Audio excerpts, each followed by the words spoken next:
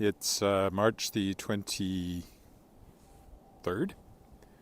and I'm afraid it's just another walk downtown. I didn't walk at all yesterday, and you'll notice that I titled this Walking Downtown with a Wonky Knee. If you were walking with me on Thursday, or if you watched that video, this is Thursday, on Tuesday, you will have seen a couple of spots where I suddenly stopped and went, ouch. And that was because my knee suddenly stabbed me. And I thought I'd give it a rest yesterday. It's one reason I didn't walk. I haven't felt anything much this morning, but it's possible it's still acting up. So if I suddenly go, you'll know what it is. Or if I collapse and moan in pain, you can call 911 for me. Wherever you are in the world. Ask your local operator for 911 in Regina, Saskatchewan. It's -10, so still chilly, but it is going up to +1, so we're starting to get kind of a slow melt during the days. Slow melt is better than a fast melt from a flooding point of view, but fast melt would be satisfying in some ways just to get this stuff out of here. We're all tired of it, at least I am, especially walking. I didn't think I'd be going downtown today, but I'm meeting somebody, so since I am. And that's why you're walking with me. And tomorrow I'll be downtown again, so that might also be a walk downtown. So sorry for the repetition, but these things happen. It's still different every time. You see the same buildings, but I say different things. For example, I can say, I have a Kickstarter going, which you probably knew if you've been with me the last few days. It started a little over a week ago, and not quite at 75%. It's for Shapers of Worlds Volume 4, which is the 4th anthology featuring authors who are guests on my podcast, the Worldshapers. And you can find it at tinyurl.com/Shapers of Worlds 4. It will also be, once this is archived, this video, it will also be in the description. And I do hope you will check it out and back it. I was, yesterday, 75% funded, but somebody withdrew a good-sized pledge, and now I'm back under at 74%. So I'd like to make that back today and then some. This happens. This is the 4th Kickstarter I've done, and it's happened in every Kickstarter that there's a day when suddenly you go backwards because somebody cancels a pledge. I'm feeling a bit of a twinge in my knee, but a twinge I can live with. It was that sudden sharp stabbing pain that I did not like on Tuesday. And hopefully that doesn't develop today. I'm headed to the coffee shop where I usually write Brewed Awakening, one of the coffee shops where I usually write. And then I'll be going to the Hotel Saskatchewan and walking home from there this afternoon when it'll probably be melty. So there might be puddles by then. Unfortunately, the melt still turns to ice every night, so the ice situation has not much improved in this neighborhood, although again, once I get to the main roads up here, it's not too bad. Speaking of the podcast, I also interviewed an author this morning, Jeffrey Gardner, debut novelist, but I was interested because, first of all, he has a PhD, microbiology and genetics, working on alternative energy sources using bacteria, which is pretty cool, not that we talked about that. But also, it's published by a publishing company I hadn't heard of, Apprentice Press, at Loyola University of Maryland. And that actually ties in with this meeting I'm having, because I'm meeting with a young woman who's interested in publishing and wants to pick my brain. And this Apprentice Press at Loyola University in Maryland is run by undergraduates, so it's a training press. And I think that's really cool. A great way for people who are interested in publishing to find out more. Oh, somebody said hello. Hi, Edward. Yes, hello. I can't read it just yet. It's too bright. I'll have to wait till I get a better background. But I do see you there. I'll try to read that once I get into some shadows.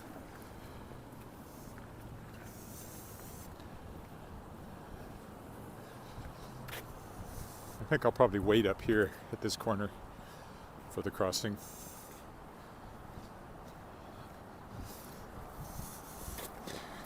Maybe I can read it here.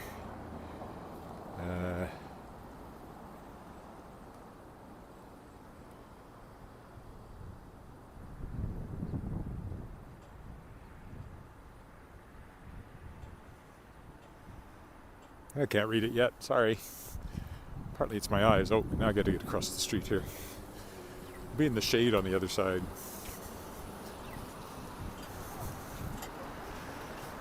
Then I should be able to see it. I think today, because I've walked up Albert the last couple of times, well, that I know there's less ice. So no, I'll stick to the tried and true here. Here's some shade. Now I should be able to read it.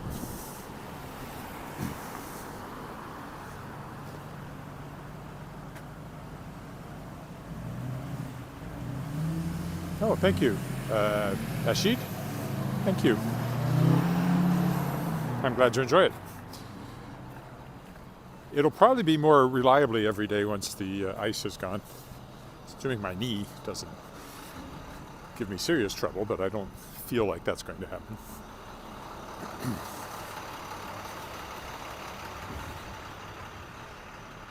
Hello, Shantanu.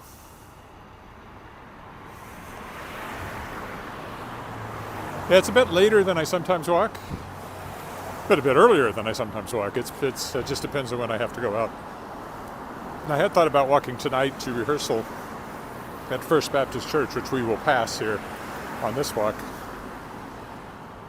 But that complicates supper time with my wife, so those Thursday night rehearsals will go away soon. That's for a Easter concert coming up on April 2nd. I've been hired to flesh out their bass section and do a solo. So there's just this week and next week, and then it's the concert.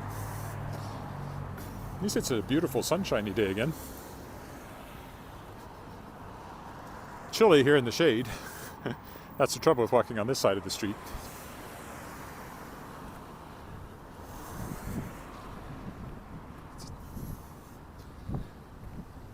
But as I said, by the time I walk home, it should be melting, which will be probably 3 o'clock this afternoon or something like that, maybe even longer.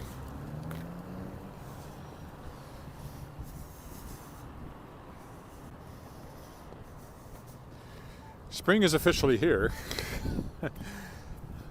We're not feeling it completely yet, but yeah, it is spring.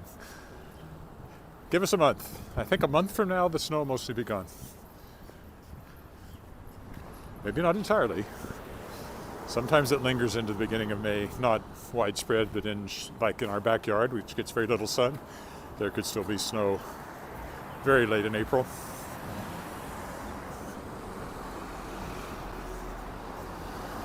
But who knows? It could also suddenly pop up to 20 degrees in 3 weeks, and it'll all go in a rush.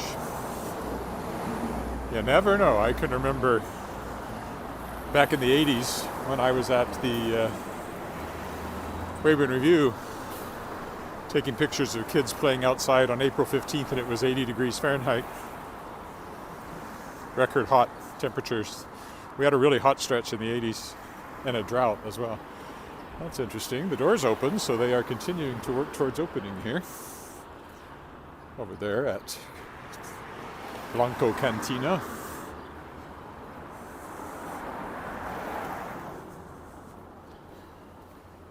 Yes, lower latitudes.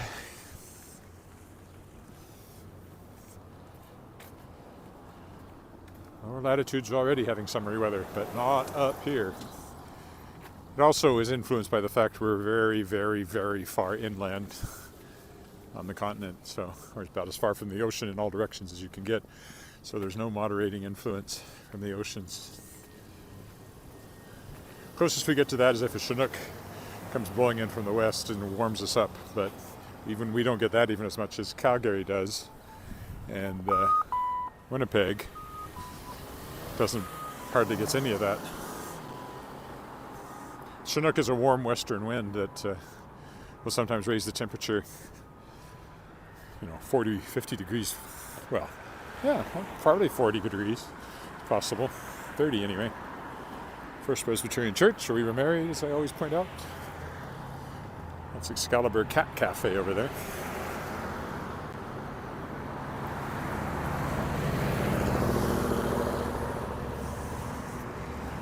No, the gimbal's decided it doesn't want to swing back. There we go.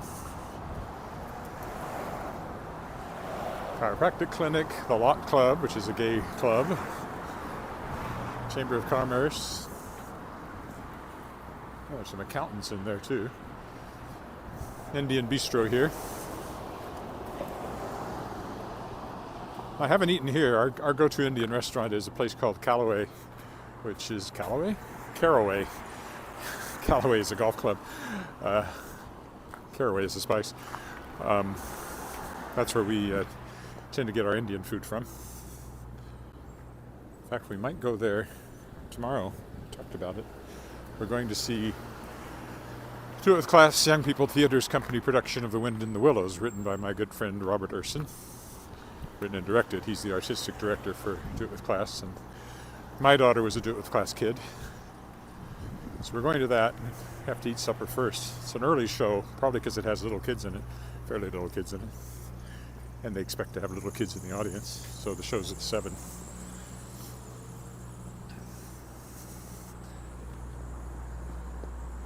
Oddly enough, I just read Wind in the Willows for the first time just a few months ago.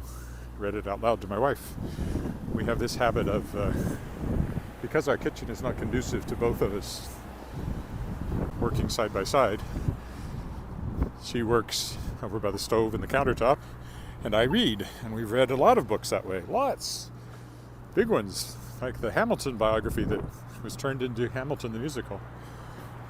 That's Viterra, the wheat marketing company. And one of those that we read recently was The Wind in the Willows. Currently we're reading Mark Twain's Roughing It, which is very, very good. And I can't believe I hadn't read it until now. I'd heard bits of it, like some of the stories out of it I knew, but a lot of them I didn't, so I'm enjoying that. I'm also enjoying the fact that my knee has not bothered me so far. So maybe whatever it is mostly over. Sorry, trying to read that now.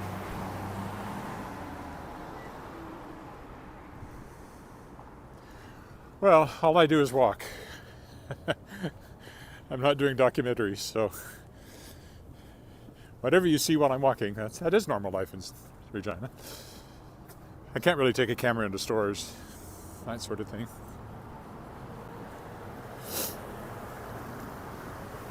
I have occasionally had it inside the Cornwall Center, but I also got told off by a security guard that I wasn't allowed to have a camera in there. So most stores are kind of like that, I think. Let's cut through the Esso station here. See? This is everyday life in Regina, buying gas at an Esso station.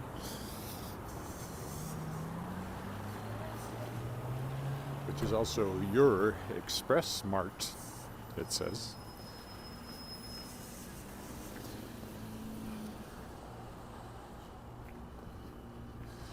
North Canadian Oil's building there with the sun shining off the windows.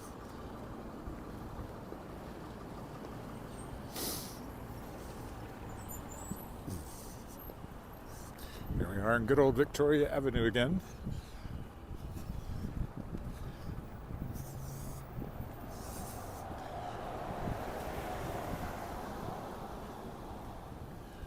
Good look at downtown, looking handsome in the sunshine.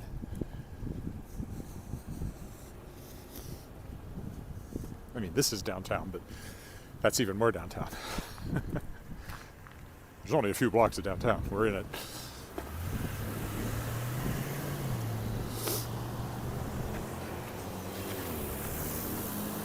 I think in real estate terms it's called city center or something like that.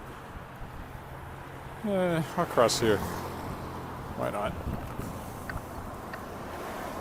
You can look at City Hall there for a minute. Fresh and sweet over there. Coffee shop I don't go into very often.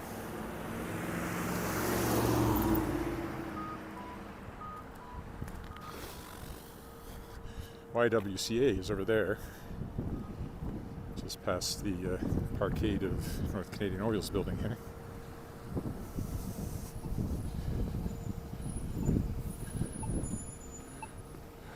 There's the flags flying in the breeze, what there is of it today. It's not too windy, not nearly as windy as Tuesday when I walked down here, and it was a very sharp wind chill that morning. The gold building over there, Saskatchewan Government Insurance, SGI, City Hall. Also designed by Joe Pettick, who did the Sask Power building I often point out up here. I kind of knew him. How did that work? I think or am I getting that confused with somebody else? Maybe I am, so I won't say that. But anyway, kind of knew him, family knew him. I remember talking to him about airships at a banquet once and how they might be used in the north for cargo, and it always seems like a good idea, but nobody ever seems to make a go of it. I think airship travel would be a great way to get around. Civilized, you know? There's Balfour over there. Well, I didn't cross because that car was coming, but it stopped in the middle of the road for some reason. Well, I'm going to be able to cross now.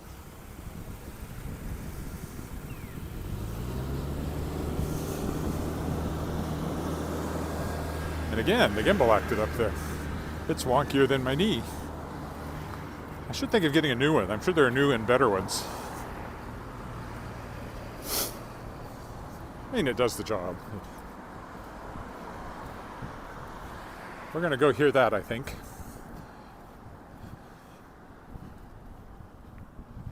And Wascana Voices that I sing with is going to have a workshop with them. This is Knox Metropolitan United Church to my left. It says right there, Knox Metropolitan. And there's the United Church coat of arms, I guess you call it.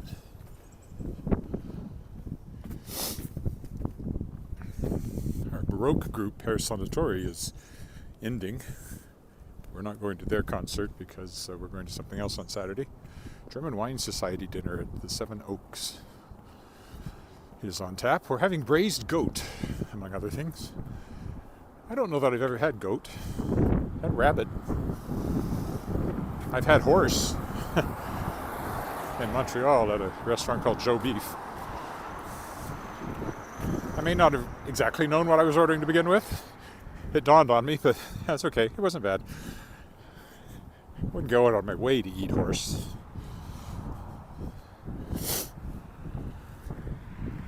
There's First Baptist, where I'll be tonight for rehearsal with the choir. There's a police car.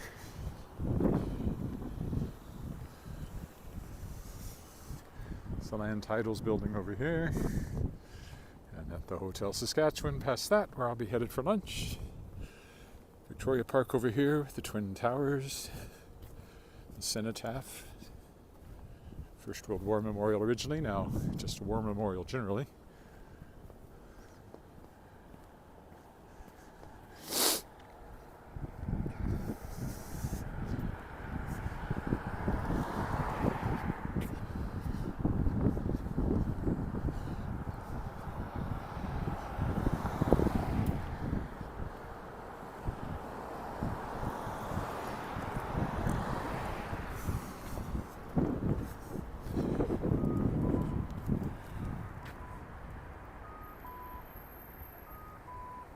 Hi, Brent. Well, I don't know if it's Ghana West Africa goat, but it's some kind of goat. Bah.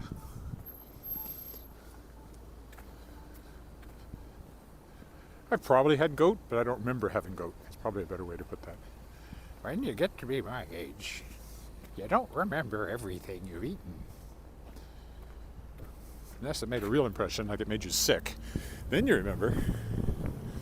My daughter used to play in that playground, but she's 21 now, so not recently.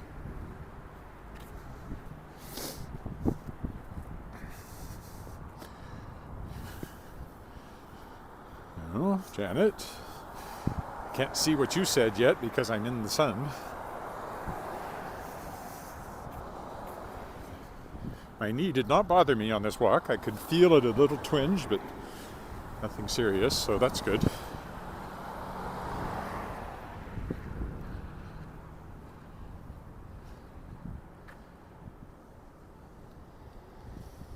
Aha. Well, you go to Paris Sanatorium, we'll eat the goat. Greatest of all time, goat. See, the Grey Cup Festival is still on the side of the building up there. Several months gone since that. There's a jet flying over.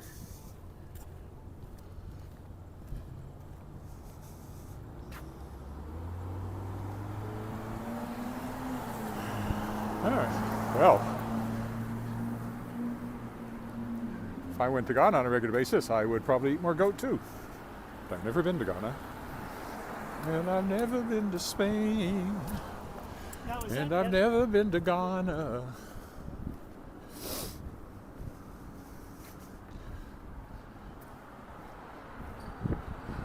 Here's Brood Awakening coming up on my left, my goal. Yeah. Oh. Where I will be editing for a bit. And then when I walk home, hopefully it is melting. So thanks for walking with me. I'll be back later. Bye for now.